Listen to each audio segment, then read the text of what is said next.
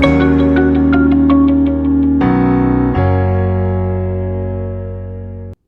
दोस्तों, आज एक बार फिर से हमारे एजुकेशन में आपका स्वागत है। आज की क्लास में हम लोग हिमानी के द्वारा यानी कि ग्लेशियर के द्वारा जो भी अपर्दन किया जाता है, जो भी निक्षेपण किया जाता है, उसकी वजह से पृथ्वी के ऊपर जितने भी स्थल का आकृति बनता है, जितने भी फिगर बनते हैं पृथ्वी के ऊपर, यानी ग्लेशियर के अपर्दन के द्वारा, क्योंकि ग्लेशियर गति में होता है और कोई भी चीज़ गति में रहेगा तो अपर्दन करेगा ही। तो जब अपर्दन के द्वारा या फिर निक्षेपण के द्वारा जब वो स्थल का आकृति चेंज करता है तो उस स्थल का आकृति का नाम क्या होता है, वो किस डिजाइन का होता है, कैसा दिखता है, ये सारा चीज़ आज की क्लास में हम लोग डिस्कस करेंगे। क्योंकि पिछले कई क्लासों से, लगभग 4-5 क्लासों से हम लोग ये डिस्कस कर रहे हैं कि पृथ्वी के ऊपर जो अर्थ मूवमेंट होते रहता है, पृथ्वी के ऊपर जो भी मूवमेंट होते रहता है, उस मूवमेंट की वजह से कई सारे स्थल का आकृति बनते हैं, जैसे कि पर्वत, पहाड़, महाद्वीप का निर्माण करना, ग्लेशियर का निर्माण करना, ये सारी चीज़ें हम लोगों ने पिछले कई क्लासों से डिस्कस कर रहे हैं और इस टॉपिक को कवर करने का भी प्रयास कर रहे हैं, भू संचलन का जो हमारा टॉपिक था।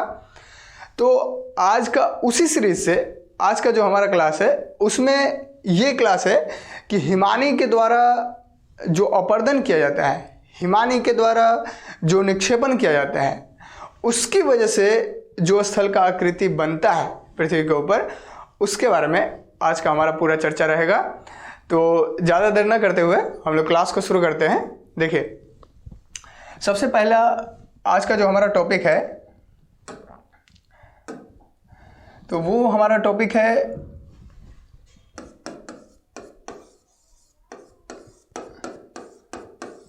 हिमानी के द्वारा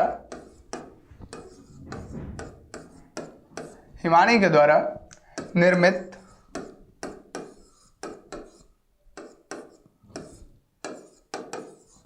स्थलाकृतियां। हिमानी के द्वारा जो भी स्थल का आकृति बनता है पृथ्वी के ऊपर, उसके बारे में आज का हमारा डिस्कस रहेगा। तो हिमानी के द्वारा दो कंडीशन से पृथ्वी के ऊपर स्थल का आकृति चेंज हो सकता है। एक कंडीशन होता है जिसको कहते हैं अपर्दन के द्वारा, ठीक है, अपर्दन के द्वारा, और दूसरा अपर्दन किया है तो जाहिर सी बात है निक्षेपण भी करेगा। क्यों करेगा? देखिए, अपर्दन और निक्षेपण होता क्या है, ये सारा चीज़ हमने डिस्कस कर लिया है, ठीक है। तो आप देखिए, हमसे मतलब आपसे ये अनुरोध करते हैं कि आप पहले पिछला क्लास जा करके देख लें, क्योंकि देखिए ये पूरा सीरीज चल रहा है, ज्योग्राफी का पूरा क्लास चल रहा है। ऐसा नहीं है कि कोई टॉपिक उठा करके ऐसे बता रहे हैं, सारा क्लास एक दूसरे से कनेक्टेड होता है, ठीक है। तो आप यदि पार्ट बाय पार्ट देखेंगे तो आपको ज़्यादा बेहतर समझ में आएगा, ठीक है। देखिए, तो हिमानी के द्वारा, यानी देखिए जो लैंड फॉर्म होता है किसके द्वारा? ग्लेशियर के द्वारा। तो वो या तो इरोजन के द्वारा हो सकता है या फिर डिपोजिशन के द्वारा हो सकता है, ठीक है, निक्षेपण के द्वारा या अपर्दन के द्वारा हो सकता है। क्लियर? देखिए, तो ये चीज़ें आज की क्लास में हमको जानना है। और कई सारे स्थल का आकृति बनते हैं, वो सारे स्थल का आकृति हम लोग आज समझने का प्रयास करेंगे, ठीक है। तो सबसे पहले हम आपको यदि ये बता दें, हिमानी होता क्या है, जिसको हम अंग्रेजी में ग्लेशियर कहते हैं, ये क्या होता है? देखिए, हिमानी का मतलब हिम का नदी से है। हिम का मतलब क्या होता है? बर्फ, ठीक है।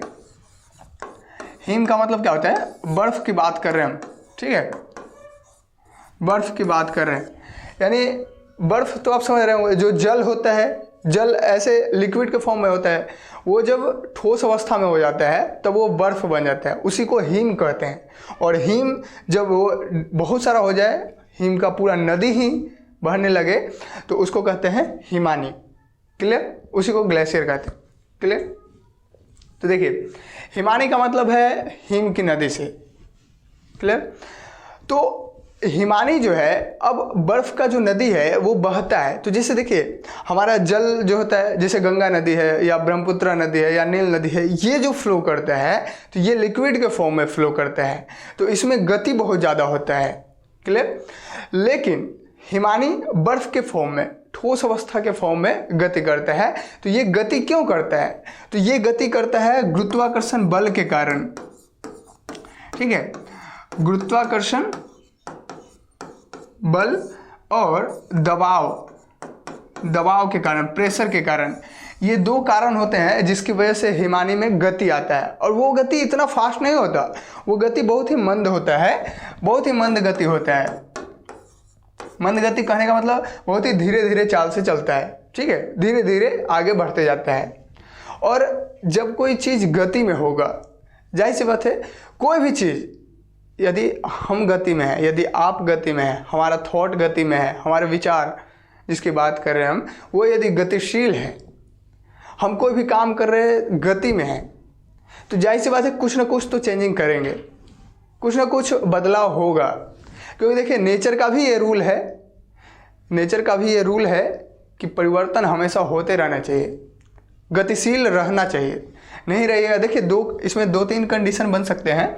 जैसे देखिए पहला कंडीशन तो ये हो सकता है, ठीक है, कि कोई आदमी गति में है। जैसे देखिए इसको इधर समझते हैं, ठीक है, देखिए यहाँ पर, यहीं पर समझते हैं। देखिए एक तो कंडीशन मान लेते हैं, ये हमारा मेन पॉइंट है जहाँ पर हम लोग हैं, ठीक है, गति में है, इसका मतलब हम लोग ऊपर की साइड जा रहे हैं, ठीक है। कोई ज़रूरी है, गति का मतलब हम ये भी तो कर सकते हैं कि हम नीचे की साइड भी जा रहे हैं, ठीक है। अब यहाँ से हम इधर जाए चाहे उधर जाए, गति में तो है, ठीक है, मोशन में तो है। तो कहने का मतलब यहाँ पर ये है कि तीन कंडीशन बन सकता है। एक कंडीशन ये है कि एक आदमी गति कर रहा है, लेकिन कहाँ, किस ओर, अपने ग्रोथ की ओर, अपने विकास की ओर, विकासशील है, तो वो इस डायरेक्शन में गति कर रहा है, ऊपर जाने की प्रयास कर रहा है, ठीक है। तो ये होता है गतिशील, ये होता है विकासशील, क्लियर। और ये अगर नीचे की ओर गति कर रहा है तो इस कंडीशन में क्या होगा, इस कंडीशन में वो अविकास की ओर जा रहा है, वो पतन की ओर जा रहा है, ठीक है, वो ह्रास की ओर जा रहा है, यानी वो अपने स्थिति जो है उससे और नीचे जाने का प्रयास कर रहा है। तो ये भी एक गतिशील होगा, तो बदलाव तो करेगा ना। अभी कंडीशन कुछ और था, चाहे आप नीचे जाए चाहे ऊपर जाए, बदलाव तो होगा, कुछ ना कुछ चेंजिंग तो आप करेंगे ही। आपके विचार भी यदि नीचे जा रहे हो, यदि आपके विचार भी ऊपर जा रहे हो, तो कुछ ना कुछ तो चेंजिंग करेगा। फर्क ये पड़ता है कि आप किस डायरेक्शन में जा रहे हैं, ऊपर की ओर जा रहे हैं या नीचे की ओर। ऊपर की ओर जाएंगे तो ग्रोथ करेंगे, नीचे की ओर जाएंगे तो आप ह्रास में आएंगे, पतन होगा आपका, ठीक है। और तीसरा कंडीशन ये होता है कि आदमी गति नहीं करता, बस स्थिर है, यहीं पर रहता है, बस थोड़ा सा आगे गया फिर कहा नहीं यहीं ठीक है, फिर नीचे आया फिर कहा नहीं यहीं ठीक है, यहीं पर स्थिर होता है, यानी गति ही नहीं करता। तो जो आदमी गति में ही नहीं है, जो गतिशील ही नहीं है, उसका जीवन तो बोरिंग हो जाता है, बेकार है जीवन, वैसा जीवन क्या ज़रूरत, ठीक है। तो आप हमेशा गति में रहिए, क्योंकि देखिए नेचर भी यही कहता है, परिवर्तन करते रहें, और परिवर्तन तभी होगा जब आप गति में रहेंगे, ठीक है। तो देखिए हम ये कह रहे हैं कि हिम जो है वो गति में होता है, और गति में होने का कारण उसका क्या है, गुरुत्वाकर्षण बल और प्रेशर, दबाव की बात कर रहे हैं, ठीक है। तो इसकी वजह से, लेकिन गति में रहता है, लेकिन मंद गति से, बहुत ही धीरे धीरे चलता है, धीरे धीरे गति कर रहा है, ठीक है। अब यदि वो गति कर रहा है, हिम यानी बर्फ जब गति कर रहा है तब वो हिमानी हो गया, और हिमानी क्या करेगा, गतिशील है, तो जाहिर सी बात है वो धरती पर स्थल का आकृति बदलते रहेगा, कुछ ना कुछ तो चेंजिंग करते रहेगा। चाहे हो सकता है किसी डिजाइन का इस तरीके का फिगर बना दे, कोई इस तरीके का फिगर बना दे, कोई ऐसा फिगर बना दे, ये बना दे, किसी भी एंगल का फिगर बना सकता है, क्योंकि वो गति में है तो स्थल का आकृति बदलते रहेगा, फिगर चेंज करते रहेगा, क्लियर। तो हिमानी का मतलब ये है, और हिमानी गतिशील होता है, और गतिशील है तो स्थल का आकृति चेंज करेगा ही, लैंड्स का फॉर्म चेंज करेगा ही, क्लियर। तो ये हिमानी की वजह से ऐसा होता है। अब हिमानी यदि गतिशील में है, कोई भी चीज़ गति में है, तो किसी न किसी को तो तोड़ेगा, चाहे वो अपने विचारों को तोड़ के आगे बढ़ जाए, चाहे वो अपने जो प्रतिद्वंदी हैं उसको तोड़ कर आगे बढ़ जाए, चाहे उसके रास्ते के जितने भी कांटे उसको फाड़ कर आगे चले जाए, तो कुछ ना कुछ तो करेगा, गति में है तो कुछ ना कुछ तो करेगा। तो इसके लिए क्या करना होगा, अब देखिए आप यहाँ पर खुद समझ सकते हैं, जब भी हिमानी जो है ग्रोथ करता है, जब भी हीम जो है ग्रोथ करता है यानी आगे की ओर बढ़ता है, ठीक है, नीचे नहीं जाना, ऊपर की ओर जा रहा है। वैसे आप नीचे भी देख सकते हैं, हिमानी यदि नीचे भी जा रहा है या फिर ऊपर जा रहा है, जब भी वो गति में है तो जाहिर सी बात है उसके आसपास के जितने भी चट्टान होंगे, पेड़ पौधे होंगे, जो भी बर्फ़ के चट्टान होंगे या फिर ऐसे पत्थर के चट्टान होंगे, ठोस अवस्था में होंगे, जो भी चीज़ें हैं उन सबको तो तोड़ेगा, चाहे वो धीरे धीरे करके ही क्यों ना तोड़े, क्योंकि वो गति में है। धीरे धीरे क्या करेगा, उसके अंदर घर्षण पैदा करेगा और वो उसको तोड़ेगा, ठीक है। उसके अंदर उत्पाटन का स्थिति आएगा। देखिए यहाँ पर एक और वर्ड बताते हैं, उत्पाटन। उत्पाटन क्या होता है, देखिए इसको अंग्रेजी में कहते हैं इरप्शन। इरप्शन, देखिए उत्पाटन कहने का मतलब ये होता है उद्भेदन करना, यानी किसी चीज़ को अंदर से तोड़ देना, ठीक है, उसके जड़ से तोड़ना, ये होता है उत्पाटन। कहने का मतलब ये है, कोई यदि मान लेते हैं यहाँ पर कोई पत्थर है या फिर चट्टान है, तो इस यहाँ से ऐसे हिमानी गुजर रहा है तो इसको धीरे धीरे करके इसको तोड़ेगा, ठीक है, और तोड़ के इसका अपर्दन कर। जाहिर सी बात है, अपर्दन हमने बताया था पिछले क्लासों में। अपर्दन क्या होता है, किसी भी चीज़ को तोड़ देना, फोड़ देना, वो अपर्दन का क्रिया होता है। और वो तोड़ेगा किस वजह से, गति में रहता है इस वजह से, क्लियर। तो वो जब तोड़ा तो अपर्दन का क्रिया हुआ, ठीक है, और वो तोड़ने का काम किस वजह से कर रहा है, उत्पाटन की वजह से। जब वो गति में है तो उसको रगड़ खाएगा और रगड़ते हुए उसके अंदर घर्षण पैदा करेगा, अपघर्षण होगा। अपघर्षण कैसे होगा, अब जाहिर सी बात है कोई छोटा सा टुकड़ा तोड़ा, ठीक है, तो वो टुकड़ा कई सारे छोटे छोटे टुकड़ों में विभक्त हो जाएंगे, कई सारे छोटे छोटे टुकड़े होंगे उसके, ठीक है। अब बड़ा सा चट्टान है तो उसके कई सारे छोटे छोटे टुकड़े हैं, और ये जब गति में रहेगा, ये जब गति में जाएगा तो जाहिर सी बात है ये आपस में भी क्या करेगा, टकराते रहेगा, आपस में भी टकराते रहेगा ना। आप कीजिएगा, देखिए छोटे छोटे मिट्टी के कण या फिर बालू के कण, ठीक है, आप हल्का पानी में आप डालिए, ठीक है, गिलास के अंदर या फिर जो भी हो उसके अंदर डालिए, और गिलास को हल्का हल्का ऐसे ऐसे बस गति में लाइए, बस उसके अंदर का जो पानी है ना उसको हल्का गति में लाइए। आप देखिएगा आप कि जो बालू के कण आप डाले हैं वो कण आपस में टकराएंगे। सिंपल सी चीज़ है, टकराएंगे ही, क्योंकि गति में है तो हिलेंगे तो आपस में टक्कर होगा ही, रगड़ खाएगा ही, तो घर्षण होगा। इसी को कहते हैं अपघर्षण, क्योंकि अंदरूनी भाग में जो कण होते हैं वो आपस में घर्षण कर रहे हैं, तो इसको अपघर्षण का नाम दिया जाता है। तो यहाँ पर एक और वर्ड आपको हम बता देते हैं, इसको कहते हैं अपघर्षण, ठीक है, अपघर्षण। तो अपघर्षण कहने का देखिए इसको अंग्रेजी में कहते हैं एब्रेजन, ठीक है, एब्रेजन। तो अपघर्षण कहने का मतलब ये होता है कि वो कण जो टूटे हुए हैं वो आपस में रगड़ खाते हैं, घर्षण होता है उसके अंदर, इसलिए उसको अपघर्षण कहते हैं, क्लियर। अब देखिए उत्पाटन की क्रिया, अपघर्षण की क्रिया, ये क्रिया होता है किसकी वजह से, गुरुत्वाकर्षण बल और दबाव की वजह से गति में आता है। कौन, हिम। और हिम जब गति में आता है तब क्या होता है, उत्पाटन और अपघर्षण का क्रिया होता है, ये काम होते रहता है, कार्य होता है, और उसकी वजह से अपर्दन का काम होता है, ठीक है। उत्पाटन हुआ, तोड़ दिया, और वो घर्षण करके फिर तोड़ रहा है, तो ये क्या हो रहा है, अपर्दन ही तो हो रहा है ना, इरोजन ही तो हो रहा है। अपर्दन को अंग्रेजी में क्या कहते हैं, इरोजन, ठीक है। देखिए ये सारा चीज़ हमने बता रखा है पहले क्लासों में, हालांकि पिछली क्लासों में अपर्दन निक्षेपण क्या होता है, अनाच्छादन क्या होता है, अपक्षय क्या होता है, ये सारा चीज़ हमने बताया। तो आप उसको जा करके पहले उस वीडियो को आप देख लें ताकि आप बेहतर कॉन्सेप्ट क्लियर कर पाएँ अपने अंदर ज्योग्राफी को लेकर। तो देखिए कहने का मतलब ये है कि हिम जब गति में होता है तो उत्पाटन और अपघर्षण का क्रिया होता है, जिसकी वजह से पृथ्वी के ऊपर कई सारी आकृतियाँ देखने को मिलता है हमको। तो उस आकृति को अब हम समझने का प्रयास करते हैं, क्योंकि हमारा आज का टॉपिक वही है कि वो आकृति कैसा होता है, उसका नाम कैसा दिया गया है, क्या क्या नाम होता है। देखिए जनरली वर्ड ही होता है, ठीक है, वर्ड को समझ लेते हैं, बाद में इन सारे वर्ड का सिर्फ नाम यूज किया जाएगा, इतना डिटेल नहीं बताया जाएगा, ठीक है। ये नहीं बताया जाएगा बस उत्पाटन वर्ड यूज कर लिया गया, ये डिटेल नहीं बताया जाएगा उत्पाटन होता क्या है, ठीक है। अपघर्षण नहीं बताया जाएगा बाद में कि अपघर्षण होता क्या है, बस इसका वर्ड उपयोग कर लिया जाएगा, अपघर्षण के कारण ये हुआ। अब आप समझ रहे हैं ये अपघर्षण होता क्या है, क्योंकि देखिए यदि आप क्लास शुरू से कर रहे हैं तो आपको ये वर्ड क्लियर होगा और आप अच्छे से समझ पाएंगे, ठीक है। तो देखिए, तो सबसे पहले यदि हम आपको ये मतलब हिमानी होता क्या है, इसको यदि आपको हम यदि दिखा दे, ठीक है, क्योंकि देखिए इमेज यदि आप देख लेना तो आपका कॉन्सेप्ट बेहतर हो जाता है, ठीक है। तो आप जो है कॉन्सेप्ट अपना बेहतर कर ले। देखिए कई सारा फिगर है यहाँ पर, आप यहाँ पर देख सकते हैं कई सारे इमेज। देखिए ये हिमानी होता है, ये ग्लेशियर होता है, ये आपको दिख रहा होगा पूरा, ठीक है। इस तरीके से है पूरा ग्लेशियर।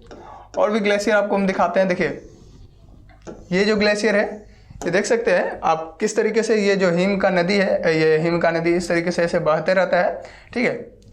तो ये भी एक ग्लेशियर ही है। और भी आप देख सकते हैं, यहाँ भी आप ग्लेशियर को देख सकते हैं इस तरीके से, ये भी एक ग्लेशियर है, हिमानी है।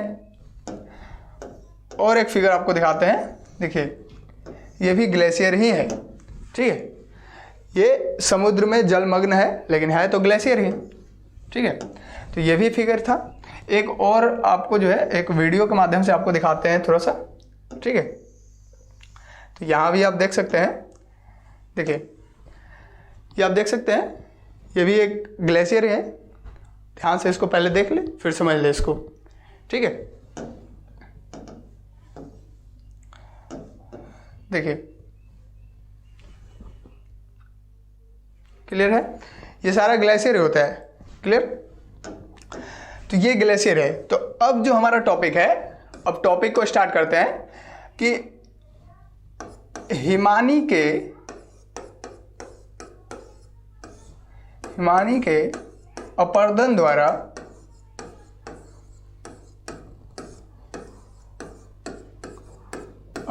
द्वारा निर्मित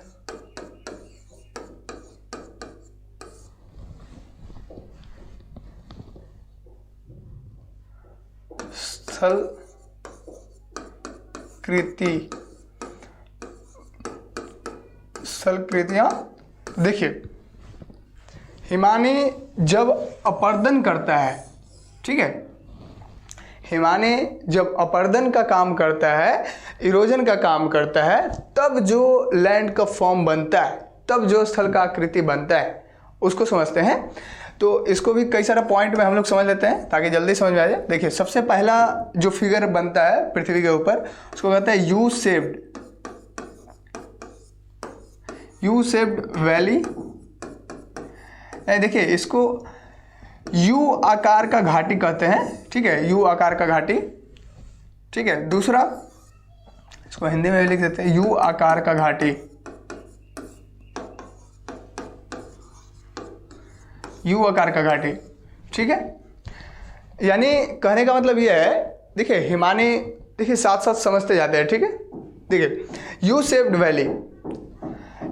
वैली कहने का मतलब यह है कि जब हिमानी अपरदन का क्रिया स्टार्ट होता है, हिमानी जब अपरदन करती है, हिमानी जब मतलब हिम जो होता है, बर्फ जो होता है, वो जब गति में आती है, तो गति में आने की वजह से कई सारी जो घाटियाँ होती है उसको क्या करते हैं। अब देखिए आप खुद समझिए, हिम जो है बहुत ही धीरे धीरे चाल से चलती है, मंद गति से, अभी हमने बताया बहुत ही धीरे धीरे गति करती है। तो कोई भी चीज़ धीरे धीरे गति करेगा तो वो आसपास की सारी भूमि को बराबर करते हुए चलेगा, प्लेन करते हुए चलेगा, ठीक है। तो होता क्या है, ये प्लेन करते हुए तो जा रही थी, ठीक है, ऐसे करते हुए प्लेन करते हुए जा रही है, ठीक है। अब इधर से कुछ जाने का रास्ता है ना, फिर ऐसे करके फिर ऐसे मुड़ जाती है। देखिए ये जो यू आकार का यदि शेप बनाती है, कोई भी ऐसा हिमानी जब ऐसे प्लेन करते हुए आगे बढ़ रही है, ठीक है, और आगे बढ़ते बढ़ते क्या होता है, कुछ दूर तक चले जाते हैं, तब हम उस चीज़ को यदि देखते हैं तो यू शेप का दिखाई देता है। जो अंग्रेजी का अक्षर है, वो यू जो अक्षर है अंग्रेजी का, उस तरीके से यदि दिखाई दे रहा है तो उसको कहते हैं यू शेप्ड वैली। ये हिमानी के द्वारा ऐसा बनाया जाता है। नदियों के द्वारा भी शेप्ड वैली बनाया जाता है, भी आकार का। हम बताए थे नदियों के अपरदन के द्वारा भी आकार की घाटी बनती है, और ये भी आकार की घाटी को जो है ये हिमानी क्या करता है, उसको यू बना देता है, ठीक है, उसको भी बना देता है और वैसे ये भी बनाता है। यू भी दोनों लगभग हल्का का अंतर होता है बस, ठीक है। ये भी ऐसे है तो इसको ऐसे घुमा दिया, यू हो गया, ये ऐसे हो गया तो भी हो गया, जाहिर सी बात है थोड़ा सा का अंतर होता है बस, लेकिन बनाता है इस तरीके का घाटी। अगर ऐसा कोई आकृति देखने को मिलता है तो ये कहेंगे, यदि यू शेप्ड का घाटी देखने को मिल रहा है तो हमको ये क्लियर हो जाएगा, या फिर आपको भी ये क्लियर हो जाएगा कि हिमानी के द्वारा ये घाटी बनाया गया होगा, ठीक है। और यदि भी शेप का आकार यदि आपको दिख रहा है तो आपको ये क्लियर हो जाएगा कि वो नदियों के द्वारा बनाया गया है। यदि हम आपको इसका फिगर दिखा दें तो आप यहाँ पर देख सकते हैं, देखिए यू शेप का आकार का यहाँ पर दिख रहा होगा। देखिए जो ग्लेशियर है, जो हिमानी है, इस तरीके से आया है और देखिए इसको क्या कर दिए हैं, इस तरीके से आप देख सकते हैं ये यू शेप का आकार बनाया हुआ है, ठीक है, यू आकार की घाटी। तो ये हिमानी के द्वारा जनरली बनाया गया है, ऐसा फिगर हिमानी के द्वारा बनाया गया है, ये यू शेप का आकार होता है। क्लियर। अब फिर से आते हैं दूसरा, एक तो अपर्दन के द्वारा यू शेप का वैली बन रहा है, ठीक है। दूसरा होता है लटकती घाटी। देखिए एक ऐसा घाटी होता है जो लटकता हुआ नजर आता है दूर से देखने पर, तो ये भी हिमानी के द्वारा ही बनाया जाता है। वो कैसे बनाया जाता है, देखिए इसको अंग्रेजी में कहते हैं हैंगिंग, हैंग किया हुआ है,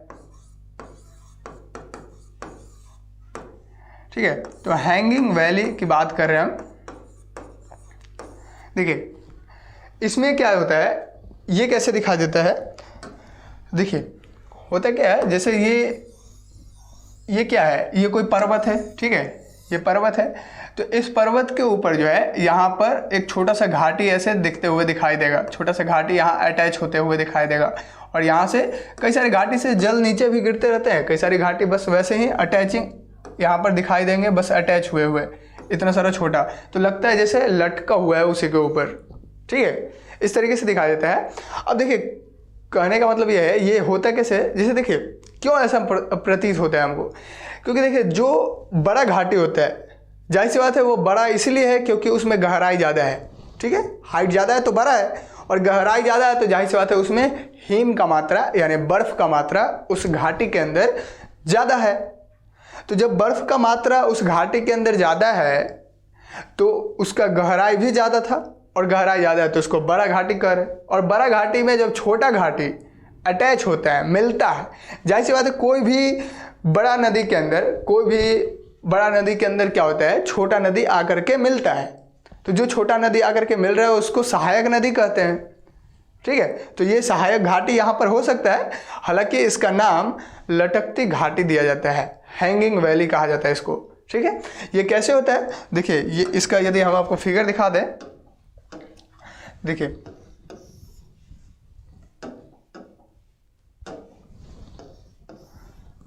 यहाँ देखिए ये जो फिगर, देखिए ये पूरा ये घाटी है, बड़ा सा एक घाटी है, ठीक है, ये इस तरीके से इतना बड़ा सा एक घाटी है, ठीक है। यहाँ पर देखिए ये एक छोटा सा घाटी है यहाँ पर, ठीक है, एक छोटा सा घाटी है, ठीक है। ये जनरली ये डिजाइन बना हुआ है ताकि आपको समझ में आ जाए, ये कपड़ा नहीं है यहाँ पर, ये घाटी है, लेकिन यहाँ पर कपड़ा इसलिए बना दिया गया है ताकि आप समझ सके अच्छे से।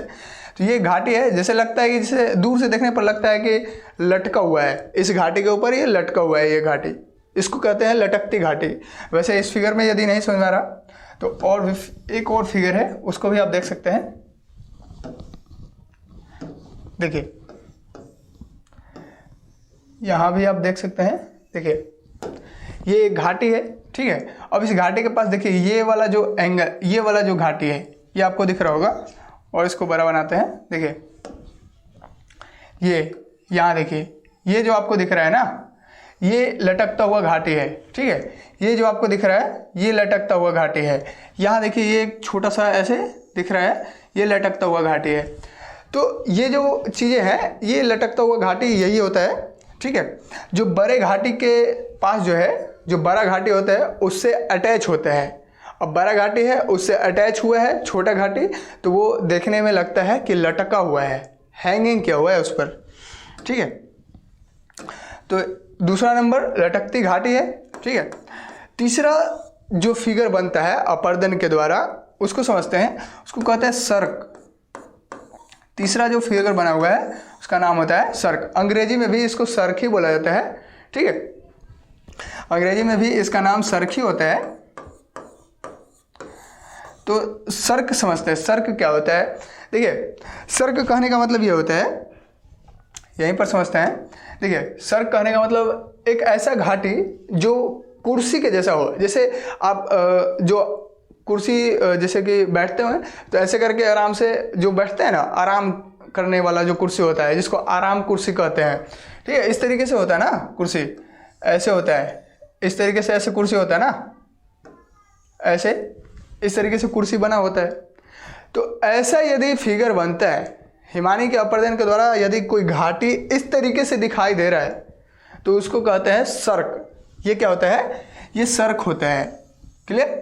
ये इस तरीके से यदि फिगर बने ना, यानी ऐसे क्या है, ऐसे, ठीक है, इस तरीके से यदि फिगर बना हुआ है तो इसको सर्क कहते हैं। ये क्या होता है, सर्क। अब ये सर्क के अंदर यहाँ पर होता क्या है, ये तो हिम के द्वारा बनाया गया है, तो जाहिर सी बात है यहाँ से हिम गुजरेगा, हिमानी गुजरेगा। अब होता क्या है, ये गुजरते गुजरते क्या होता है, जब यहाँ से आता है तो हिम यदि इस जगह पर से हिम जो है पिघल जाए और जल बन जाए, तो ये हल्का गड्ढा नज़र आ रहा होगा आपको यहाँ पर, तो यहाँ पर जल जमा हो जाता है। जब यहाँ जल जमा हो गया तो ये क्या बन गया, झील बन गया, ये लेक बन गया है। तो इस झील का नाम सर्क के गर्त में, सर्क के गर्त में, गर्त मतलब गड्ढा होता है, सर्क के गर्त में यदि कोई झील बन रहा है तो उसका नाम होता है टार्न झील। इसको कहते हैं टार्न झील, ठीक है। इसका भी यदि आपको हम फिगर दिखा दें ताकि आप अच्छे से समझ पाएं, तो देखिए देखिए ये होता है इस तरीके से, आप देख सकते हैं ये जो घाटी है इस तरीके से है, ऐसे बना हुआ, ठीक है। तो ये घाटी है और यहाँ से ये हिम, देखिए ये सब हिम है, यहाँ से हिम ऐसे गुजरता है, ठीक है, हिमानी ऐसे चल रहा है। तो जब ग्लेशियर ऐसे चलता है तो इसको, ये देख रहे हैं आप, एक आराम कुर्सी के जैसा जो है, ये जब डिजाइन बनता है घाटी का तब इसको हम कहते हैं ये सर्क है। इसको क्या कहते हैं, ये सर्क है। और जब ये जो हिम आपको नज़र आ रहा है इतनी दूर के अंदर, ये गड्ढे के अंदर ये हिम है, अब ये जो हिम है यानी कि बर्फ़ है, ये जब पिघल जाता है और जल हो जाता है, सिर्फ लिक्विड के फॉर्म में हो जाता है, ठोस अवस्था में नहीं होता, तब ये झील बन जाता है और इसी का नाम टार्न झील होता है। क्लियर। इसी को कहते हैं टार्न झील। तो ये चीज़ें हैं, ये शायद आपको क्लियर हो गया होगा। तो थर्ड नंबर भी आपको क्लियर हो गया। देखिए फर्स्ट, सेकंड और थर्ड, तीन शेप आपको यहाँ पर हम दिखाएं, ठीक है। नेक्स्ट जो शेप है वो यहाँ पर समझते हैं, ठीक है। 4 नंबर शेप जिसको कहते हैं हॉर्न, हॉर्न कहते हैं इसको, ठीक है, हॉर्न। अंग्रेजी में भी इसको हॉर्न ही कहते हैं।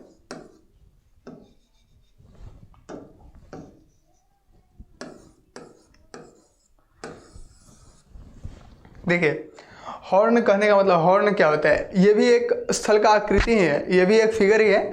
अब कैसा फिगर है इसको भी समझते हैं। देखिए जैसे होता क्या है, ये एक घाटी है, ठीक है, ये क्या है, एक घाटी है। तो इस घाटी के ऊपर जो है ये एक, मान लेते हैं ये एक पर्वत है, ठीक है, हिम का पर्वत है, पर्वत इसी डिजाइन का होता है ना, तो ये मान लेते हैं ये हिम का पर्वत है।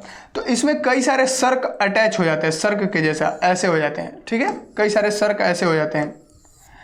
देखिए इसका फिगर हम आपको कैसे दिखाएं, इसका फिगर शायद होगा, देखिए देखिए इस तरीके से आपको यहाँ कई सारा सर्क नज़र आ रहा होगा। आप देख सकते हैं ये भी एक सर्क है, ठीक है, इस तरीके से ऐसे कुर्सी के जैसा ऐसा बना हुआ है। यहाँ भी आप देख सकते हैं इस तरीके से ऐसे बना हुआ है कुर्सी के जैसा, यहाँ भी देख सकते हैं इस तरीके से बना हुआ है। यानी लगभग 2 3 4 5 तरह जो है, यानी एक घाटी है, उस घाटी के आगे पीछे साइड में हर जगह जो है, जब सर्क का स्थिति बनता है, जब सर्क बनता है कुर्सी के जैसा जो डिजाइन बन जाता है, तब हम ये जो पूरा डिजाइन है, इस डिजाइन को आप देखकर समझ सकते हैं कि ये डिजाइन एक पिरामिड के जैसा दिख रहा है, ठीक है। पिरामिड के जैसा ये डिजाइन दिख रहा है, किसके जैसा?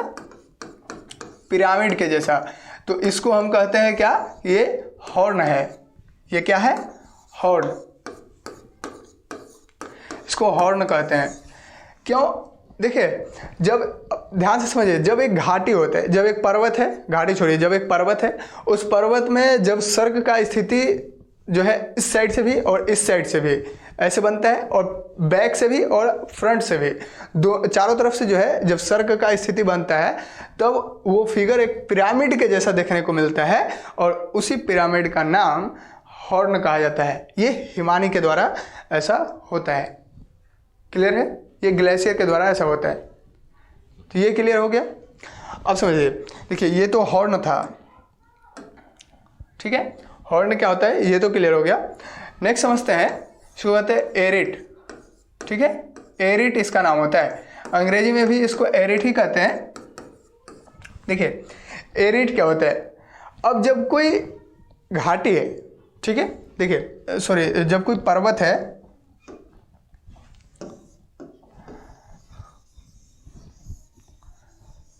देखिए जब कोई पर्वत है, ठीक है, इस पर्वत के अटैच में एक घाटी ऐसे बना, फिर एक ऐसे बना, एक ऐसे और अटैच हुआ, एक फ्रंट में अटैच हुआ। इस तरीके से जब अटैच होता है, जब हॉर्न का स्थिति बनता है, तो होता क्या है?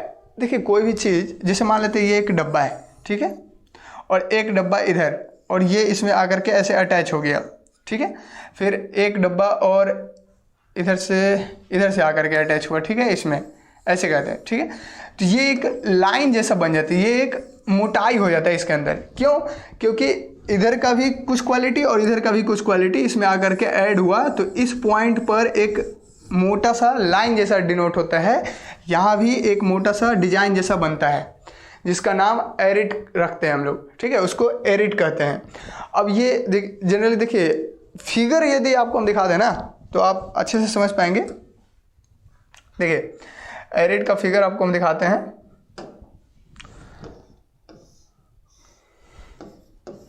देखिए ये आप फिगर यहां पर देख सकते हैं। देखिए ये एक सर्क, देखिए ये एक सर्क बना हुआ है, ठीक है, इस तरीके से, और यहाँ भी ये ऊपर की साइड में है, और इधर से आप देख सकते हैं ऐसा है।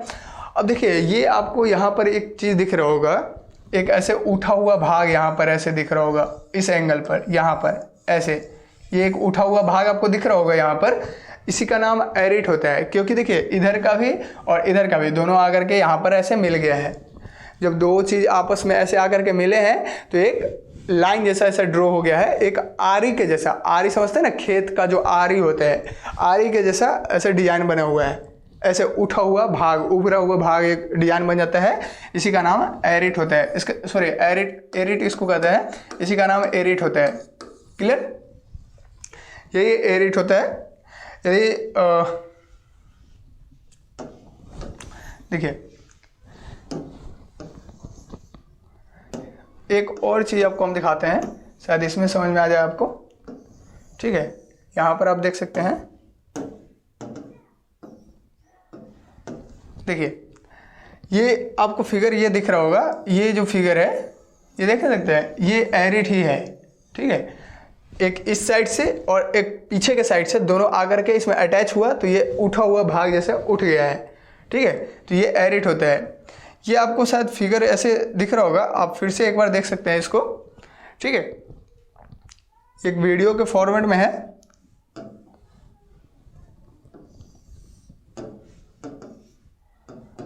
देखिए आप यहाँ पर देख सकते हैं वीडियो में किस तरीके से ये, मतलब ये एरिट है, उसको दिखाया जा रहा है फ्रंट के ऊपर से। मतलब ये जनरली जो फिगर है, जो पर्वत है, इसके ऊपर से ऐसा वीडियो बनाया गया है। इसको आप देख सकते हैं, ये एरिट ही होता है, ठीक है। तो ये शायद आपको क्लियर हो गया होगा कि एरिट क्या होता है। क्लियर? तो 5 नंबर भी आपको पॉइंट क्लियर हो गया होगा कि एरिट क्या होता है, ठीक है। तो सर्क क्या होता है, एरिट क्या होता है, लटकती घाटी क्या होता है, यू शेप का घाटी क्या होता है, ये सारा चीज क्लियर हो गया होगा। अब समझते हैं, एक और चीजें हम समझने का प्रयास करते हैं, जिसको कहते हैं, देखिए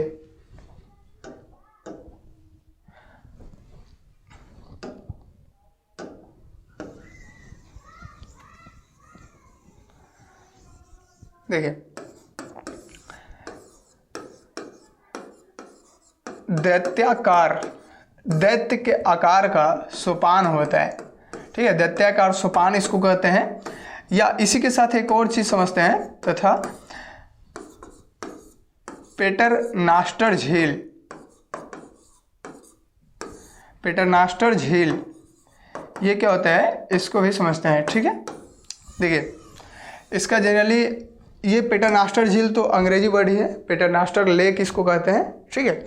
और दैत्य के आकार का सोपान, इसका कोई अंग्रेजी मिला ही नहीं, तो जनरली आपको हम ये समझा देते हैं दैत्याकार सोपान क्या होता है, दैत्य के आकार का ये कैसा दिखता है। जनरली देखिए ये सीढ़ी के जैसा होता है। अब कैसे होता है ये आपको हम दिखाते हैं अभी। देखिए पहले आप समझ लीजिए, यहाँ पर देखिए जब हिमानी जो है एक रास्ते से ऐसे गुजरती है, ठीक है, जब हिमानी क्या होती है रास्ते से ऐसे गुजर रही है, ठीक है, तो जब ऐसे नदी जा रही है हिम का, तो बढ़ते बढ़ते क्या होता है, अब देखिए यहाँ से ऐसे हिम का नदी ऐसे बढ़ा, ठीक है, ऐसे इस डायरेक्शन में से जा रहा है, पूरा हिम है, ये बर्फ़ है, ठीक है, ऐसे जा रहा है, तो ये बड़ा है, ये मेन हिमानी है, यानी मुख्य नदी है ये हिम का, बर्फ़ का, ठीक है, ये ऐसे बढ़ रहा है। तो हुआ क्या, अब यहाँ पर एक छोटा सा हिम का नदी था, ठीक है, जो इसमें आकर के ऐसे अटैच हो गया, एक छोटा सा नदी था जो इसमें आकर के ऐसे अटैच हो गया है, ठीक है, ये पूरा अपना बर्फ़ जो है यहाँ पर डाल दिया। तो यहाँ से एरिया क्या हो जाएगा, यहाँ से एरिया इसका थोड़ा मोटा हो जाएगा। क्यों, क्योंकि ये एरिया इसलिए मोटा हो जाएगा यहाँ से इसके बाद, क्योंकि इसमें मान लेते हैं पहले 10 मिलीलीटर था, ठीक है, यहाँ पर हिम, अब यहाँ पर आ गया तो इसका भी मिल गया ना, मान लेते 2 मिलीलीटर भी डाला तो 12 मिलीलीटर हो गया, ठीक है, 12 ml का यहाँ पर हिम हो गया। तो यहाँ पर 10 के बाद 12 हो गया, तो यहाँ पर थोड़ा सा तो मोटाई बढ़ेगा ना, तो इस यहाँ से थोड़ा सा मोटाई नज़र आने लगता है, ठीक है। फिर और आगे बढ़ा तो क्या होता है, अब कोई जरूरी है इधर से ही एक हिम जाएगा, हो सकता है इधर से भी हिम का एक और नदी इसमें आकर के अटैच हो गया, ठीक है, हिम का एक और नदी आकर के अटैच हुआ, तो यहाँ से भी क्या होगा, एक थोड़ा सा और मोटा हो जाएगा। यहाँ तक 12 था तो यहाँ आकर के हो सकता है 14 ml का, यानी 14 ml का यहाँ पर बर्फ़ देखने को मिल रहा है। हल्का मोटाई अब बढ़ते जाएगा, ठीक है, हल्का मोटाई बढ़ते जाएगा इस तरीके से। फिर आगे गया तो एक और हिम का नदी यहाँ पर आप इसको जो है आकर के इसमें मिल गया, तो यहाँ पर भी क्या होगा, यहाँ पर भी मोटाई ज़्यादा होगा, इससे ज़्यादा होगा, ठीक है, और यहाँ मान लेते हैं ये 16 ml का हो गया। तो जाहिर सी बात है ये इस तरीके से, यानी जो मेन हिमानी होती है, जो मेन हिम का नदी होता है, वो जब क्रॉस करता है किसी एरिया से और उसमें छोटा छोटा हिम का नदी जो है आकर के अटैच हो जाता है, जुड़ जाता है, अपना हिम इसमें डाल देता है। जैसे नदियों में होता है, एक बड़ा नदी गया और उसमें छोटा छोटा नदी आकर के अपना जल डाल देता है, ठीक है, तो इसका सहायक नदी कहते हैं ना, तो इसमें यहाँ पर सहायक हिमानी कह सकते हैं, सहायक ग्लेशियर कह सकते हैं। तो ये अब यहाँ पर ये आप फिगर देख सकते हैं, एक जैसे देखिए ये 2 लाइन ऐसे बना हुआ है, ठीक है, और यहाँ देखिए ये एक ऐसा बना हुआ है, यहाँ से एक ऐसा, यहाँ से एक ऐसा, फिर आगे जा कर के एक ऐसा बनेगा।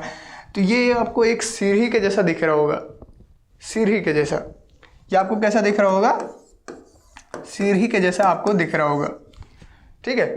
तो जब आपको ये सीढ़ी के जैसा दिख रहा है तो इसको कहते हैं सीढ़ी नुमा आकृति, ठीक है। जब भी ऐसा कोई फिगर नज़र आए, ये हिमानी की गति के कारण हो रहा है ना, एक बड़ा हिमानी में छोटा हिमानी आकर के अपना हिम ट्रांसफ़र कर रहा है, तो ऐसा फिगर बन रहा है। तो जब भी ऐसा फिगर बनेगा तो इसको कहते हैं दैत्याकार, इसी का नाम होता है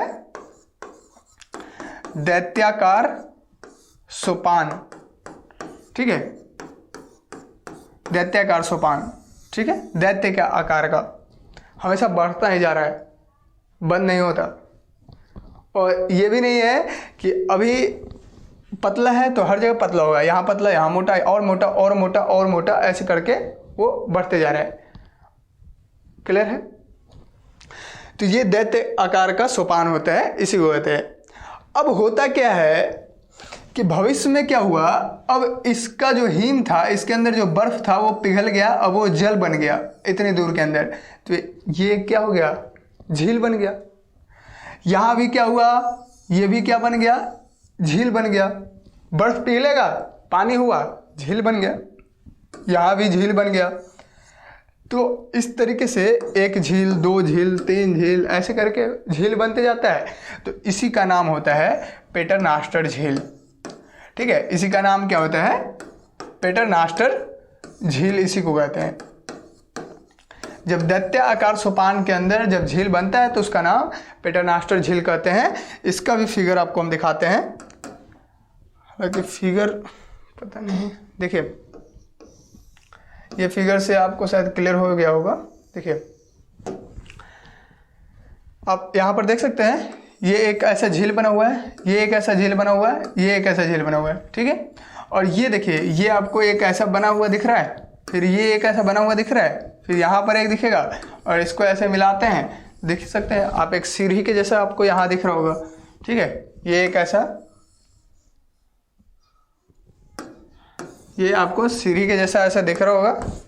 ठीक है, ऐसे करके तो एक इस तरीके का फिगर होता है। ये दैत्याकार है और इसमें जो पानी हो गया है वो झील बन गया, तो इसका नाम पेटरनास्टर झील कहते हैं। ठीक है, तो ये शायद आपको क्लियर हो गया होगा, और नहीं भी होगा आप बताइएगा ज़रूर कमेंट करके। ठीक है, तो ये सारा चीज़ था। अब समझते हैं, देखिए 6 नंबर क्या था, दैत्याकार सोपान और पेटरनास्टर झील, ये क्लियर हो गया। अब नेक्स्ट और समझते हैं।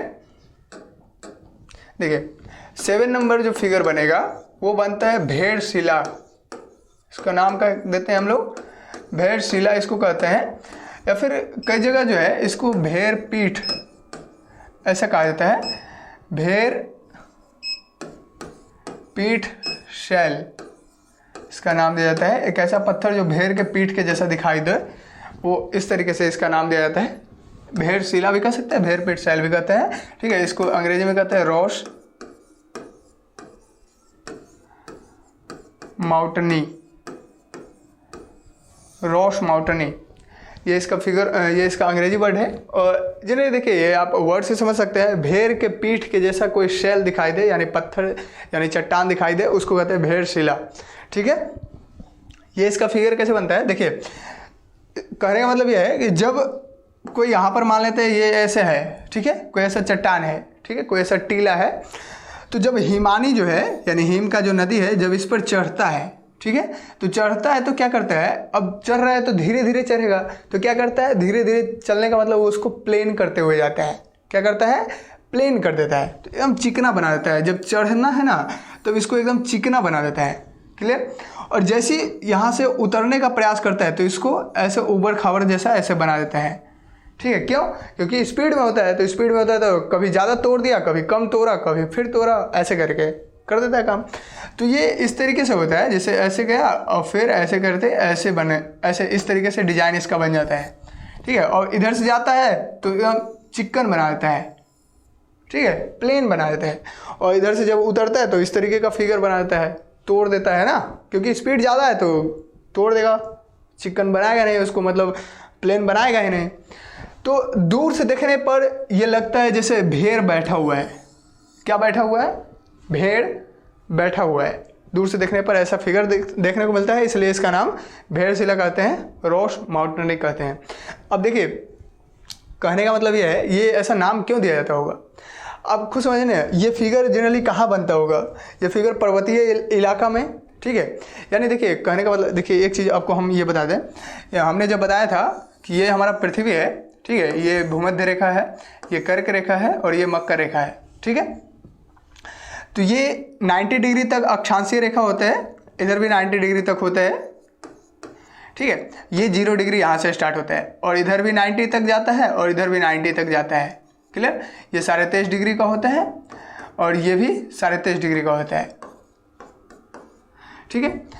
तो जब इस तरीके से जाए चाहे उस तरीके से जाए, तो हमने बताया था जोन के अंदर कि जितना ऊपर हम जाएंगे, जितना ध्रुवों के पास जाएंगे, ये पोल होता है, ये ध्रुव होता है, और जितना भी हम ध्रुवों के पास जाएंगे उतना, जितना नज़दीक जाएंगे उतना हमको ठंड महसूस होगा, उतना हमको वहाँ का अक्षांशीय जो इलाका होता है वो ठंडा इलाका होता है, वो ठंड प्रदेश होता है। ऐसा इसलिए क्योंकि यहाँ पर लाइट सन का जो है वो नहीं पहुँचता है, और पहुँचता भी है तो तिरछा लाइट पहुँचता है, बहुत ही ऊपर हल्का लाइट पहुँचता है, जिसमें हीट नहीं होता, बहुत ही कम होता है हीट।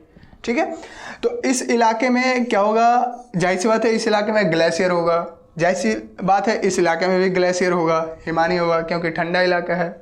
ठीक है, तो इस इलाके में यहाँ पर ग्रीनलैंड है, और इस इलाके में यहाँ पर ये बड़ा सा इलाका है जिसको साउथ पोल में कहते हैं अंटार्कटिका हिमानी है, अंटार्कटिका ग्लेशियर है।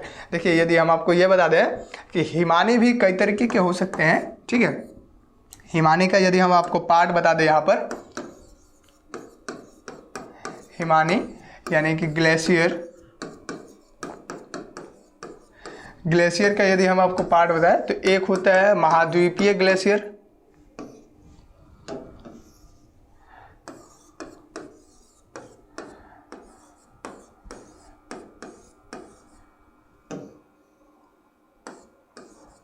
महाद्वीपीय ग्लेशियर। ठीक है, हिमानी। एक होता है जिसको कहते हैं घाटी हिमानी,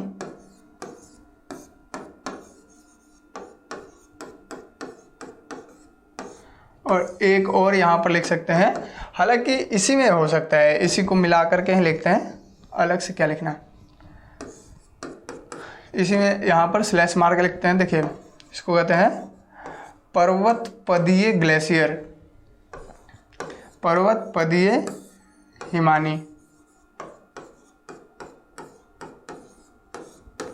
ठीक है, यानी कंटिनेंटल हिमानी होता है, ग्लेशियर होता है, एक वैली ग्लेशियर होता है, और एक पर्वत का पद। देखिए पर्वत का पद यानी कि पर्वत का जो जड़ है उसके पास जो हिमानी होता है, जो घाटी हिमानी होता है, जनरली ये दोनों के एक ही कर सकते हैं। यहाँ देखिए, महाद्वीपीय हिमानी क्या होता है, ये उच्च अक्षांश वाले इलाके में होते हैं। जो अक्षांशीय होता है, जो लैटिट्यूड होता है, वो जब हाई होता है, ठीक है, जब 90 डिग्री के आसपास या फिर 66.5 डिग्री के आसपास वाले एरिया में जब वो होता है, तो वहाँ पर जो ग्लेशियर का निर्माण होता है, जैसे ये जो फिगर हमने बताया था, ठीक है, तो ये भूमध्य रेखा है, मान लेते हैं ये 0 डिग्री, तो यहाँ पर जो इलाका है ये कंटिनेंटल होता है, ये अंटार्कटिका इसको कह सकते हैं। ठीक है, अंटार्कटिका हिमानी ये ग्लेशियर होता है। और कई बार आप सुने भी होंगे कि ग्लेशियर पिघल रहा है। ठीक है, बहुत सारा गर्मी बढ़ने के कारण क्या हो रहा है, ग्लोबल वार्मिंग होने के कारण क्या हो रहा है कि अंटार्कटिका जो ग्लेशियर है वहाँ वो पिघल रहा है। और जैसी बात है, जब अंटार्कटिका ग्लेशियर पिघला है तो समझ रहे हैं जो सी का लेवल है वो बहुत हाई हो जाएगा, जिसकी वजह से बहुत सारा स्थल जो है वो ख़त्म भी हो सकता है, जलवायु परिवर्तन हो सकता है, बहुत सारा चेंजिंग हो सकता है। ठीक है, तो देखिए ये होना नहीं चाहिए। हालांकि इसके ऊपर भी हम लोग एक वीडियो के तहत जो है इसको भी बताने का प्रयास करेंगे, क्योंकि देखिए अभी हाल ही फिलहाल में आप न्यूज़ भी सुने होंगे कि ग्लेशियर जो है वो पिघल रहा है, और ग्लेशियर पिघलने की वजह से कई सारे चेंजिंग जलवायु परिवर्तन हमको देखने को मिल रहे हैं अभी। ठीक है, तो देखिए ये होता है कंटिनेंटल ग्लेशियर। यहाँ पर एक ग्रीनलैंड है। ठीक है, तो ग्रीनलैंड भी क्या है, एक कंटिनेंटल ग्लेशियर ही है। ठीक है, ग्रीनलैंड आप नाम सुने होंगे, ये जनरली ग्लेशियर है, ये जनरली हिमानी है, बर्फ़ का जो है एक ठोस बर्फ़ का यहाँ पर ये बना हुआ है, महाद्वीप बना हुआ है। ठीक है, बर्फ़ का महाद्वीप बना हुआ है। तो देखिए जब हम बता रहे थे कि महादेश या फिर महाद्वीप जो है ये पृथ्वी के ऊपर 7 है, जिसमें एक महाद्वीप ये भी हम बताए थे अंटार्कटिका महाद्वीप, ये जनरली बर्फ़ का महाद्वीप है, ये जनरली हिमानी का महाद्वीप है। क्लियर, तो ये हिमानी महाद्वीप होता है। और घाटी हिमानी या पर्वतपदीय हिमानी ये आप सुन के ही आपको लग रहा होगा कि देखिए ये जनरली उच्च अक्षांश वाले इलाके में हो रहे हैं। ये अक्षांश कहाँ है, 90 डिग्री के नज़दीक है, यानी 66.5 डिग्री से स्टार्ट होता है ये अंटार्कटिका वाला, और यहाँ भी लगभग वही है 66-60 डिग्री के ऊपर स्टार्ट हो रहा है। तो ये 90 डिग्री के करीब वाले हैं, तो इसको कहते हैं उच्च अक्षांशीय, हाई लैटिट्यूड है। और इस इलाके को कह सकते हैं कि उच्च पर्वतीय इलाके में, पर्वतीय प्रदेश में, जो हाई पर्वतीय प्रदेश है, जो ऊंचाई वहाँ पर ज़्यादा होता है, जैसे हमारा हिमालय है, ठीक है, उस वाले इलाके में, तो वहाँ पर घाटी हिमानी, पर्वतपदीय हिमानी, ये सारा हिमानी यहाँ पर देखने को मिलता है। क्लियर है, तो ये हिमानी जो है वहाँ पर देखने को मिलता है। अब समझते हैं देखिए हम लोग कहाँ पर थे, हम लोग थे भेड़शिला भेड़पीठ, ये शायद आपको क्लियर हो गया होगा। ये दूर से देखने पर भेड़ के जैसा जो है दिखाई देता है। अब जाहिर सी बात है, देखिए पर्वत वाले इलाके में जो भी आदमी होते हैं वो क्या करते हैं, जनरली भेड़ वगैरह ये सब चराते हैं, चारागाह वाला काम करते हैं। क्यों चराते हैं भेड़? क्योंकि देखिए वहाँ पर जो है भेड़ का जो मतलब बाल होते हैं उससे मतलब गर्मी कुछ पैदा होता है और वो उस इलाके में रह सकते हैं, वैसा उनका डिज़ाइन बना हुआ है। तो जनरली भेड़ जो चारागाह होते हैं, भेड़ चराने वाले, वो जब ऐसे टीले को देखते थे तो लगता था उनको अरे ये तो लगता है भेड़ बैठा हुआ है, और जब भेड़ मतलब नज़दीक गए तो लगता है अरे यार ये तो टीला था। अब उनके दिमाग में भेड़ ही क्यों आया? क्योंकि वो भेड़ वाला काम करते थे, भेड़ को ही चराना उनका काम था, तो इसलिए वही जनरली नाम ऐसा रखे हैं भेड़शिला। जो भी हो, ऐसा एक अनुमान लगाया जा सकता है कि इसका नाम उस तरीके से रखा गया होगा। क्लियर? अब समझते हैं। तो ये तो हमारा 7 नंबर जो आकृति है ये भेड़शिला रोश माउंटनी जिसको कह रहे हैं हम। एक और जो हम लोग देख सकते हैं, ठीक है, 8 नंबर में हम लोग देख सकते हैं जिसको कहते हैं फियर्ड। फियर्ड इसको कहते हैं फियर्ड। ये क्या होता है?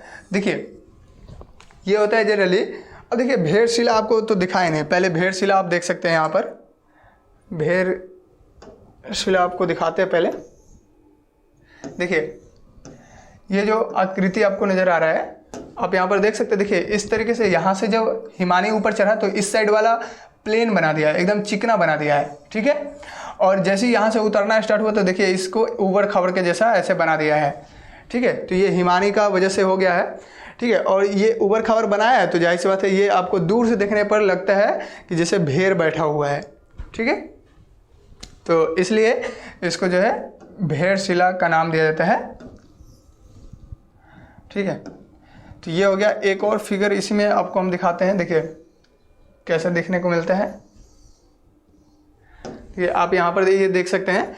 इधर से देखिए, इधर से जब हिमानी ऊपर चढ़ा है, ठीक है, और इधर से गया तो देखिए इसको ऊबड़ खाबड़ के जैसा बना दिया है, ठीक है, जब उतरने के टाइम में। तो ये दूर से देखने पर लगता है उन लोगों को कि, या फिर हम लोग भी शायद जा कर के वहाँ पर देखें तो शायद ऐसा ही डिज़ाइन हमको देखने को मिलेगा, ऐसा ही लगेगा कि वो भेड़ जो है इस पर बैठा हुआ है, भेड़ बैठा हुआ है, इसलिए इसका नाम भेड़ पीठ, भेड़ का ये पीठ है, इस तरीके से इसको बताया रहा है, तो भेड़ पीठ शिला इसको कहते हैं, ठीक है। तो ये तो हो गया भेड़ पीठ शिला। अब 8 नंबर जो टॉपिक हमने बताया इसका नाम बता रहा है फियर्ड। फियर्ड क्या होता है?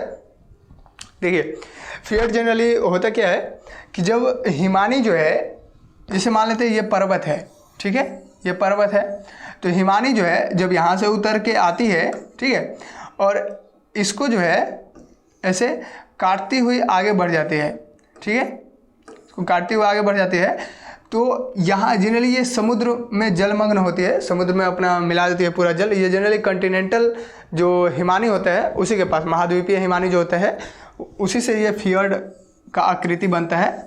अब ये कैसा होता है, ये जनरली फिगर से आप जल्दी समझ लीजिए। ये देखिए फिगर जो है ना उसका बात ही अलग है। देखिए आप यहाँ पर ये देख सकते हैं, देखिए ये आपको देख रहे हैं, इधर से हिमानी आया है, ठीक है, इधर से हिमानी आ रहा है, और ये देखिए ये पूरा जलमग्न है, ये पूरा जल ही है, ये समुद्री इलाका है जनरली, ठीक है, तो समुद्र में पूरा जलमग्न है। और ये देखिए 2 घाटियों के बीच जो है ये हिमानी ऐसे गिर गया हुआ है। तो 2 घाटियों के बीच, 2 पर्वतों के बीच जब कटाव करते हुए एक संकीर्ण एरिया में, एक पतले एरिया में जब हिमानी गुजरता है और वो समुद्र में अपना जलमग्न कर देता है, मतलब वो समुद्र में अपना पूरा जल मिला देता है, तो उस एरिया को हम लोग कहते हैं क्या कि वो फियर्ड है। इसका नाम क्या देते हैं? इसका नाम क्या देते हैं? ये फियर्ड है। ये आकृति जनरली किससे बना है? इसका नाम हम लोग क्या दे रहे हैं? ये फियर्ड है। और ये आकृति किससे बना है? हिमानी के द्वारा, ठीक है, हिमानी के अपर्दन के द्वारा। अपर्दन किया ना, इस पहाड़ जब ये पूरा अटैच था, ये पूरा अटैच था, ये सटा हुआ था, उसको क्या कर दिया? तोड़ दिया ना, तोड़ दिया तो जाहिर सी बात है क्या हो गया? अपर्दन हुआ। अपर्दन किसके द्वारा हुआ? हिमानी के द्वारा। तो इसका नाम क्या दे रहे हैं हम लोग? फियर्ड। इसको फियर्ड कहते हैं। क्लियर? तो अब शायद आपको ये क्लियर हो गया होगा कि फियर्ड के द्वारा हिमानी के अपर्दन के द्वारा जो भी फिगर आपको देखने को मिलते हैं पृथ्वी के ऊपर, शायद इसमें से कई सारा फिगर है जो आप देखे भी होंगे, कई सारा फिगर है जो आप नहीं देखे होंगे कभी। ठीक है, अब देखे होंगे क्या उसके नज़दीक जाके? नहीं, हो सकता है कोई कोई व्यक्ति जो है उसके नज़दीक जा कर के देखे होंगे, लेकिन बहुत सारा आदमी है जो उसको फिगर में या फिर फ़ोन में या टीवी में ऐसे देखे होंगे या पेपर के अंदर। हालांकि ये फिगर जनरली कई सारे लोग नहीं भी देखे होंगे, इसके बारे में नहीं भी जानते होंगे, तो आप शायद इसके बारे में जान चुके होंगे अभी। ठीक है, उसका नाम क्या होता है?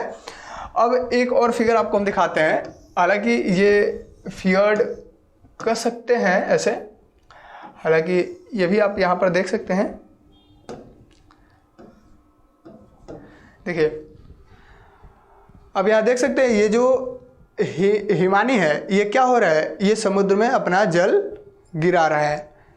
ठीक है, आप यहाँ पर ये वीडियो के अंदर आप देख रहे हैं, ये जनरली वीडियो ही है। ठीक है, देख सकते हैं जल यहाँ पर जो है इसके अंदर जल पूरा गिरा रहा है।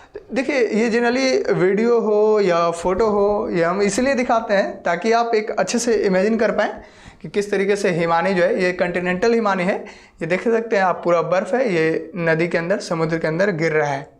ठीक है, तो चाहे वो वीडियो हो चाहे वो फोटो हो, आपको इसीलिए दिखाया जाता है ताकि आप अच्छे से इमेजिन कर पाएँ और अच्छे से समझ पाएँ किसी चीज़ को।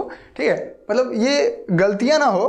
तो ये कई चीज़ क्या होता है कि हम बताते तो जो है वो है, हम बता रहे हैं किस डायरेक्शन में, हम क्या सोच के ये बता रहे हैं और आप क्या सोच लेते हैं, इसमें बड़ा अंतर है। क्योंकि हमारा जो सोचने का क्षमता होगा वो अलग होगा, आपका जो सोचने का क्षमता होगा वो अलग होगा। हो सकता है हमसे बेहतर हो सकता है हमसे बेहतर ना हो, ये भी हो सकता है कई सारे लोगों का सोचने का क्षमता हमारे लेवल का ही हो।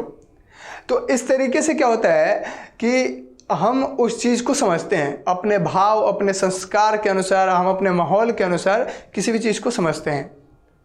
तो हम ये चाहते हैं, देखिए हम बता रहे हैं वही चीज़, हम एक ही चीज़ बताएंगे, लेकिन बहुत सारा अलग अलग आदमी जो है अलग अलग तरीके का सोच लेगा। हम कहना कुछ और चाह रहे हैं और समझ लेता है कुछ और। ये क्यों होता है? ये इसी के कारण होता है क्योंकि हमारा जो भाव होता है, हमारा जो संस्कार होता है, उसकी वजह से, हमारा जो माहौल है उसकी वजह से, हमारे परिवेश की वजह से ये पूरा डिजाइन होता है। हमारा सोचने का क्षमता भी उसी तरीके से विकसित होता है। हम क्या सोचेंगे ये भी जो है परिवेश पर ही आधारित होता है। ठीक है, तो ये आप अब देखिए, फ़ोटो दिखाने का मतलब, वीडियो दिखाने का मतलब यही है कि आप कुछ और ना समझें, आप वही समझें जो हम समझाना चाह रहे हैं। ठीक है, कुछ और समझ लीजिएगा तो फिर दिक्कत है। वो होता है ना कि वर्षा का बूंद हर पेड़ पौधा पर सेम ही गिरता है, एक ही जैसा गिरता है, लेकिन होता क्या है, किसी पौधे का फूल लाल होता है, किसी पौधे का फूल उजला हो जाता है और किसी का हरा पत्ता हो जाता है। ऐसा क्यों होता है? क्योंकि उस पौधा का क्वालिटी है वैसा है। उसी तरीके से हम बता तो रहे हैं वही चीज़, लेकिन आप कुछ और समझिएगा, वो कुछ और समझेगा, वो कुछ और समझेगा। क्यों? क्योंकि उसके अंदर का क्वालिटी वैसा है, उसके अंदर का भाव वैसा है, उसके अंदर का संस्कार वैसा है, वो परिवेश वैसा है उसके अंदर का। तो इस तरीके से जो है ना चेंजिंग होता है। तो आप वही समझे जो समझाया जा रहा है, और यदि आप कुछ अलग समझ पा रहे हैं तो आप कमेंट करके ज़रूर बताइएगा, हम उसको क्लियर करेंगे।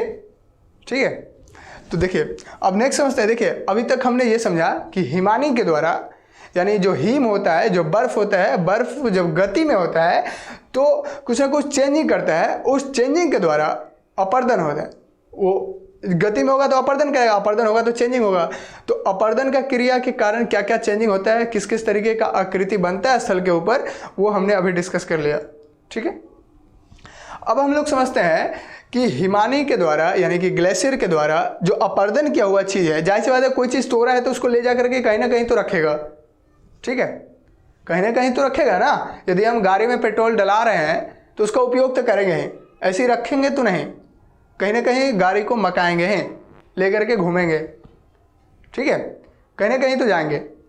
तो वही चीज़ है, यदि हिमानी कोई चीज़ को तोड़ा है, कोई चीज़ को तोड़ दिया है, फोड़ दिया है उसको, चाहे वो बालू का कण हो, चाहे वो क्ले हो, ठीक है, या फिर कोई भी चीज़ें हो, या चट्टानों का टुकड़ा, पेड़ पौधों का टुकड़ा, मिट्टी का टुकड़ा, कोई भी चीज़ें हैं, उसको यदि वो तोड़ा है तो उसको कहीं ना कहीं तो ले जा करके रखेगा, यानी वो निक्षेपण कर रहा है, यानी वो डिपोजिट कर रहा है, सॉरी डिपोजिशन कर रहा है, यानी जो पोजीशन था वहाँ से उठा करके दूसरे पोजीशन पर उसको सेट कर दिया। यहाँ था तो इस जगह से उठा करके यहाँ पर रख दिया, ठीक है। तो इसका आकृति तो बदलेगा ही।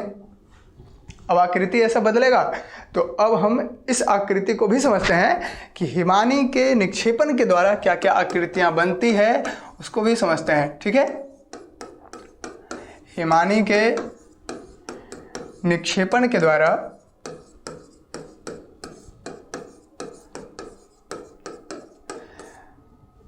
निर्मित स्थल का आकृति, स्थलाकृतियां,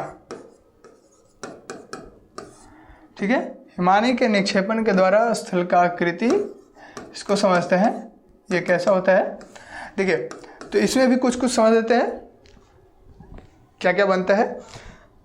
जैसे देखिए हिमानी जब कोई चीज़ का निक्षेपण करती है, ठीक है, तो बहुत सारे चीज़ें बनाती है। अब सिंपल भाषा में पहले हम आपको ये समझाते हैं कि जो भी चीज़ें अपर्दन करके वो किसी दूसरे जगह पर रख देती है, कौन? हिमानी, ग्लेशियर। जो भी चीज़ें अपर्दन की और अपर्दन करके वो उसको दूसरे जगह पर रख दिया तो उसका नाम होता है हिमोड़। उसको क्या कहते हैं? हिमोड़ कहते हैं, ठीक है, जिसको अंग्रेजी में मॉर्न कहा जाता है, मॉर्न, ठीक है।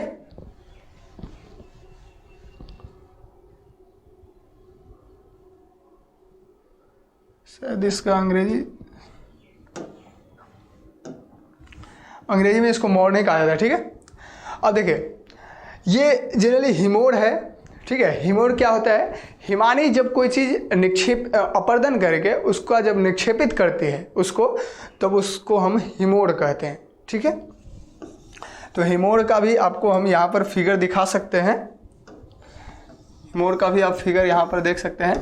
देखिए ये हिमोड़ है, ये जनरली हिमानी के निक्षेपण के द्वारा ये बना हुआ है इस तरीके से, ठीक है। ये पूरा जितना भी आपको दिख रहा है ना, ये सब हिमानी के अपर्दन करने के द्वारा और निक्षेपण, सॉरी अपर्दन के बाद जो निक्षेपण किया है उसके बाद ये ऐसा फिगर आपको देखने को मिल रहा है।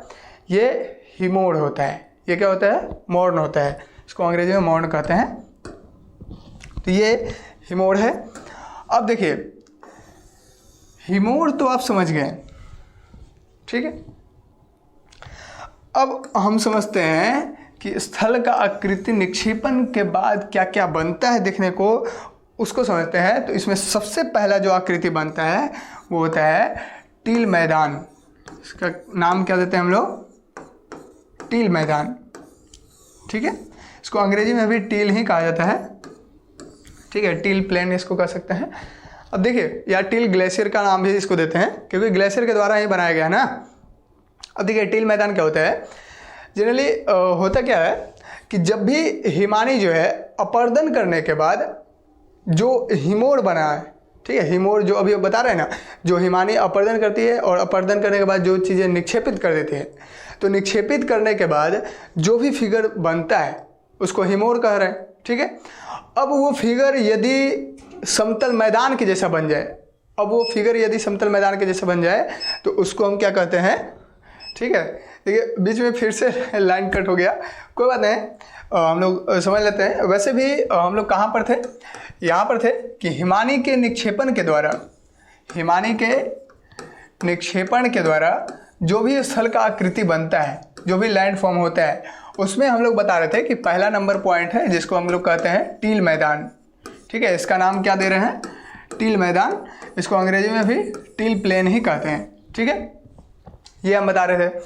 तो टील मैदान जो होता है ये क्या होता है? देखिए हिमानी के निक्षेपण के द्वारा, हिमानी जब कोई चीज़ अपर्दन करके ला रही है, ठीक है। उस अपर्दन के बाद जब वो चीज़ें कहीं पर रख देती है, तब वो जब समतल मैदान हो जाता है, तब वो जब प्लेन मैदान हो जाता है, प्लेन हो जाता है, समतल हो जाता है। अब जैसे बात है, धीरे धीरे लेकर के आ रही है हिमानी, धीरे धीरे गति कर रहे हैं, तो वो सबको समतल करते हुए आगे बढ़ती है। तो जब समतल कर देती है, ठीक है, अब जब समतल कर रही है तो उसी का नाम टील मैदान कहा जाता है। ये जनरली पर्वतीय इलाका में देखने को मिलता है, ठीक है। अब ये टील मैदान जब हमको देखने को ऐसा मिलता है तो जाहिर सी बात है, ये देखिए, इसको यदि हम आपको फिगर दिखा दें इसका, ठीक है,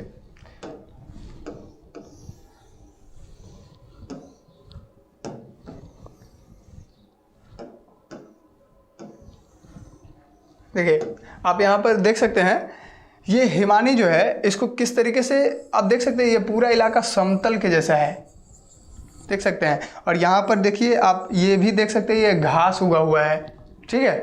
तो ये देखिए, ये घास उगा हुआ है, इधर भी घास उगा हुआ है हल्का हल्का। तो ये जो भी इलाका है, ये देखिए ये समतल किया हुआ है, इसी को टील मैदान कहते हैं, बराबर कर देता है हिमानी, ठीक है। और जैसे वो समतल कर देता है, प्लेन जैसा ऐसा बना देता है, तो ये इलाका को कहते हैं टील मैदान, इसको टील प्लेन कहा जाता है, ठीक है। अब ये टील मैदान देखिए, जनरली ये टील मैदान अमेरिका के पास भी है, ठीक है, और हमारे पास भी है। अमेरिका देखिए, पूरे पृथ्वी पर अमेरिका कहाँ पर है, ये हमारा पृथ्वी है। तो पृथ्वी के ऊपर जैसे मान लेते हैं ये एरिया ऐसे हम डिजाइन किए, तो अमेरिका इस इलाके में है ना, ठीक है। वैसे देखिए, ये जैसे ही टॉपिक ख़त्म होगा हम आपको बताएंगे, पूरा मैप के द्वारा आपको दिखाएंगे कि कैसे आप देख करके समझ सकते हैं कि कौन सा देश कहाँ पर है, ताकि आपका इमेज अच्छे से बन पाए, ठीक है, आप अच्छे से जान पाए, किसी भी देश का लोकेशन अच्छे से जान पाए, ठीक है, आपको शायद बाद में दिक्कत नहीं होगा। क्योंकि देखिए कई बार हम देश के बारे में उपयोग करते हैं, नाम लेते हैं उसका, तो आपको ये पता होना चाहिए, नाम लेते ही पता होना चाहिए कि पृथ्वी पर उसका लोकेशन क्या है, यानी हम यदि भारत में है तो हमसे वो कितने दूरी पर है और किस डायरेक्शन में है। तो ये आपको क्लियर हो जाएगा जब मैप का क्लास लेंगे ना, 1 2 3 क्लास लेंगे, जिससे आपका ये पूरा जो है मैप क्लियर हो जाएगा, ठीक है। तो ये टॉपिक का बस इंतज़ार है, अर्थ मूवमेंट जैसे ही ख़त्म होगा आपको मैप को समझाने का प्रयास करेंगे, ठीक है। देखिए ये पृथ्वी है, यहाँ पर अमेरिका है, तो अमेरिका के पास भी जो है ये टील मैदान बहुत सारा है, ठीक है। और भारत में तो यहाँ पर यदि भारत है तो इस इलाका में तो हिमालय ही है, तो हिमालय में टील मैदान का एरिया है ही। अब टील मैदान वहाँ पर है तो जाहिर सी बात है, यहाँ पर देखिए आप, यहाँ पर हिमालय में जो टील मैदान होता है, हिमालय में जो टील मैदान होता है, इसका नाम टील मैदान नहीं होता है। हिमालय वाले इलाके में उसका नाम कुछ और हो जाता है, उसका नाम मर्ग हो जाता है, इसको लोग मर्ग कहते हैं, ठीक है। आप सुने में होंगे कई बार, जिसको सोनमर्ग का नाम सुने होंगे, सोनमर्ग, ठीक है, या फिर गुलमर्ग, सोनमर्ग, गुलमर्ग, ये सारा नाम आप जरूर सुने होंगे, ठीक है। नहीं भी सुने तो अभी सुन लीजिए, ठीक है। ये जनरली मैदान का नाम है, ठीक है, ये टील मैदान का ही नाम होता है, सोनमर्ग, गुलमर्ग ऐसा नाम दिया गया है, क्योंकि देखिए ये हिमालय में इसका नाम बदल गया है। उत्तराखंड के पास जाइएगा तो उत्तराखंड में इसी टील मैदान का नाम कुछ और हो जाता है, उसको कहते हैं बग्याल, इसको कहते हैं, ठीक है, बुग्याल इसको कहा जाता है, ठीक है, बुग्याल या बयार भी कहते हैं, ठीक है, बयार, बुग्याल या बयार का नाम दिया जाता है उत्तराखंड में, ठीक है। तो ये टील मैदान का नाम ऐसा होता है। अब देखिए ये टील मैदान जो है ना, चारागाह के लिए बहुत ही इंपॉर्टेंट होता है, ठीक है, यानी जो भेड़ बकरी होते हैं उसको मतलब चारागाह के लिए, चराने के लिए वे इम्पोर्टेंट होते हैं ये मैदान, इसमें घास छोटे छोटे उगे होते हैं, तो ये मैदान बहुत ही इंपॉर्टेंट होता है। तो ये तो हो गया हमारा टील मैदान, ठीक है। अब समझते हैं दूसरा, जो निक्षेपण के द्वारा, किसके द्वारा, निक्षेपण के द्वारा, हिमानी के निक्षेपण के द्वारा जो दूसरा टॉपिक है, पहला टील मैदान और दूसरा जो बनेगा उसको कहते हैं ड्रमलीन। इसका नाम क्या होता है, ड्रमलीन इसको कहते हैं, ठीक है। ये ड्रमलीन कैसा होता है, ये कैसा बना होता है, इसका डिजाइन बताते हैं। देखिए ये जनरली उल्टे नाव के जैसा होता है। ये जो नाव है, ये मान लेते हैं ऐसे नाव होता है ना, ये इस तरीके से नाव होता है, तो नाव ऐसे ना हो करके ये इसको उलट दीजिए, ठीक है। कैसे, तो ये ऐसे होता है, ठीक है, इस तरीके से, उल्टे नाव के आकार का। अगर इस आकार का यदि निक्षेपण के बाद ऐसा आकार बनता है, ऐसा डिजाइन बनता है, तो इसका नाम क्या देते हैं? ड्रमलिन। इसको ड्रमलिन कहते हैं। ये जनरली अकेले नहीं होता, ये कई सारे झुंड में होते हैं। ये ऐसे करके कई सारे झुंड में ऐसे बने होते हैं, ठीक है, कई सारे झुंड में होते हैं इस तरीके से। अब ये बहुत सारे झुंड में होने के कारण दूर से देखने पर लगता है कि अंडे का टोकरी है, ठीक है। अंडा को जब आप आधा कीजिएगा, अंडा है, अंडा को आप बीचे बीच मतलब आधा कर दीजिए, ठीक है, लंबे, जो ये लंबा मान लेते हैं इस तरीके से, ऐसे अंडा है ना, ठीक है, तो अंडा को ऐसे फाड़िए, ऐसे, ऐसे नहीं, ऐसे नहीं, ये गलत है, ऐसे, अंडा ऐसे है तो इसको ऐसे फाड़िए और उसके बाद उसको पलट के रख दीजिए, तो आपको फिगर जो है ऐसे दिखाई देगा, शायद इस तरीके से ऐसे डिजाइन बनेगा। तो जब दूर से दिखता है तो ये जनरली झुंड में होता है ना, देखने को लगता है कि जैसे अंडा का टोकरी है, पूरा अंडा भरा हुआ है वो टोकरी के अंदर, तो इसका नाम अंडा का टोकरी भी कहा जाता है। ड्रमलिन को अंडे का टोकरी भी कहा जाता है। क्लियर? इसका भी यदि हम आपको फिगर दिखा दें, फिगर से क्लियर हो ही जाएगा। देखिए ये इस तरीके का होता है, इसको ड्रमलिन कहते हैं, ठीक है। ये आप देख सकते हैं, लगता है जैसे उल्टे नाव के जैसा है, ठीक है, ये उल्टे नाव के जैसा इसका फिगर होता है। ये आप देख सकते हैं कई सारे झुंड में है, ये देख सकते हैं कई सारे झुंड में है, झुंड में ही होते हैं, ठीक है। तो ये है ड्रमलिन, इसी का नाम ड्रमलिन होता है। एक और फिगर आपको दिखाते हैं, बहुत सारा झुंड वाला फिगर दिखाते हैं। इसमें आप देखिए ध्यान से, आप यहाँ पर देख सकते हैं कितना सारा झुंड है, पता ही नहीं चल रहा, लग रहा है दूर से देखने पर लगता है जैसे अंडा का टोकरी है, पता नहीं, अभी हमको तो नहीं दिख रहा अंडा का टोकरी, लेकिन इसका मतलब ऐसा बताया जाता है कि दूर से देखने पर अंडे का टोकरी दिखता है, इसलिए इसका नाम अंडे का टोकरी कहा गया है, ठीक है। तो ये दूसरा नंबर पॉइंट था। और सेकंड नंबर पॉइंट में हम लोग ये देखें कि ड्रमलिन क्या होते हैं। क्लियर? देखिए टील मैदान क्या होता है? निक्षेपण के द्वारा बनता है। और ड्रमलिन क्या होता है? ये भी निक्षेपण के द्वारा बनता है, ठीक है। अब समझते हैं, एक कॉन्सेप्ट चीज है, यानी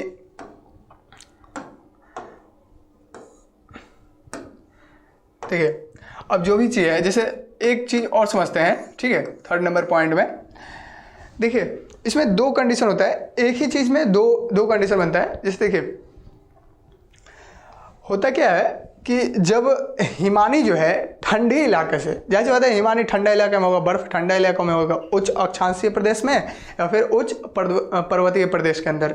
तो जब ठंडा इलाका से जब वो गर्म इलाका में जाता है, ठीक है, मान लेते हैं इस एरिया के अंदर ठंड है और इस एरिया के अंदर, जैसे मान लेते हैं ये हाई अक्षांश है, ठीक है, यहाँ पर ऐसे मान लेते हैं ये 0 डिग्री है और ये 66 डिग्री यहाँ पर आएगा, ठीक है।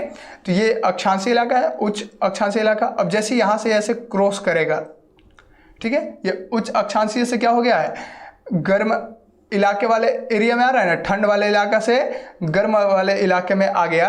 यानी मान लेते हैं ये एरिया ठंड वाला है और ये एरिया गर्म वाला है, तो इस इलाके से जैसे इस एरिया में घुसा, यानी बर्फ़ का जो नदी है वो ठंड से जब गर्म वाले इलाके में जाता है तो वो क्या करता है, अब जैसे बात है गर्म वाले इलाके में जाएगा तो वो पिघल जाएगा, ठीक है, बर्फ़ है तो पिघलेगा ही। तो जब वो पिघल जाता है तो पिघलने के बाद वो क्या होगा, जल हो जाएगा, ठीक है। अब वो जल सिर्फ ऊपर जल बन जाएगा और नीचे क्या बच जाएगा, जो भी अपर्दन करके जो भी सामान लेकर के आए थे, कौन, हिमानी, तो यहाँ पर वो नीचे उसको रख देगी और वो जल ऊपर हो जाएगा। और जैसे जल वहाँ से ख़त्म होगा तो वो जो फिगर बनेगा, या फिर ये भी आप कह सकते हैं कि जैसे हिमानी जो है ऐसे गया, ठीक है, हिमानी यहाँ से गया, ठीक है, और हिमानी यहाँ से जाने के बाद जैसे ही गर्म वाले इलाके में क्रॉस किया तो ये अपना जो भी अपर्दन किया हुआ सामान लेकर के आ रही थी, तो ये तो जल बन गया ना, यहाँ पर पिघल करके जल बन गया। अब जल बन गया तो इस तरीके से जल फिर फ्लो हो रहा है, तो जो भी अपर्दन किया हुआ सामान था वो साइड साइड में रखते हुए आगे बढ़ गई, जैसे नदी रखते हुए आगे बढ़ती है, ठीक है। तो जल आगे बढ़ गया और साइड साइड में क्या हो गया, मतलब तट के पास क्या कर दिया है, अपना अपर्दन किया हुआ सामान उसमें रख दिया है, ठीक है। तो ये क्या हुआ, ये अवक्षेप हो गया, ये क्या हो गया, अवक्षेप हो गया। मतलब जो अपर्दन किया हुआ सामान जब निक्षेपित कर देते हैं तो इसी का नाम अवक्षेप मैदान कहते हैं। ये जो मैदान का निर्माण होगा इसको कहते हैं अवक्षेप मैदान, ठीक है। अवक्षेप मैदान इसको कहते हैं। क्लियर। अब देखिए ये तो अवक्षेप मैदान बन गया। एक और यहाँ पर हम चीज़ बता सकते हैं, इसको अंग्रेजी में कहते हैं प्रिसिपिटेट प्लेन, इसको कह सकते हैं। प्रिसिपिटेशन का काम हुआ है ना, तो प्रिसिपिटेट प्लेन इसको कह सकते हैं। अब देखिए इसको अंग्रेजी में भी यहाँ लिख ही देते हैं ताकि आप कंफ्यूज न रहें।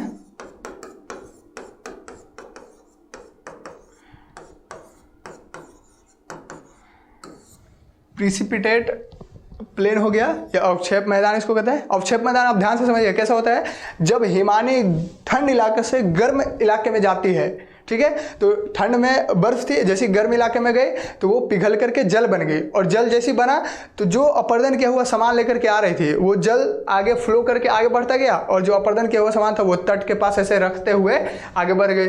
जैसे नदी भी ऐसी करते हैं ना, नदी अपना अवक्षेप जो अपर्दन किया हुआ सामान होता है वो तट के पास रखते हुए आगे बढ़ जाते हैं, निक्षेपित करते हुए चली जाती है। तो उसी तरीके से ये भी हिमानी करेगा। तो इस तरीके से जो मैदान बनता है, ये जो पूरा इलाका बनता है, ठीक है, ये मैदान जो बनता है उसका नाम प्रिसिपिटेट प्लेन रखते हैं, अवक्षेप मैदान रखते हैं, इसका नाम अवक्षेप मैदान होता है। क्लियर। नेक्स्ट एक और यहां पर बता सकते हैं जिसको हम कहते हैं एस्कर, ठीक है, इसका नाम क्या होता है, एस्कर। अंग्रेजी में भी इसको एस्कर ही कहते हैं, ठीक है। तो एस्कर क्या होता है, एस्कर को समझते हैं। देखिए अब ये निक्षेपित करते हुए जब जाती है तो यदि इसका आकार ऐसी सिंपल में है तब तो इसको हम कहते हैं अवक्षेप मैदान है।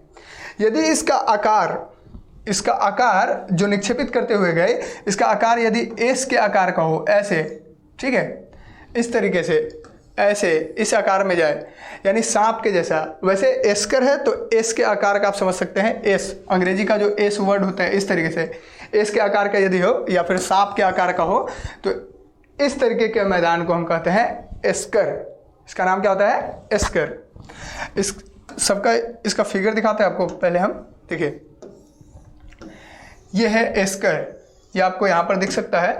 देखिए ये आप यहाँ पर ऐसे देख सकते हैं, ये ऐसे गया है, फिर ऐसे गया है, फिर ऐसे आके फिर इस तरीके से ऐसे बना हुआ है।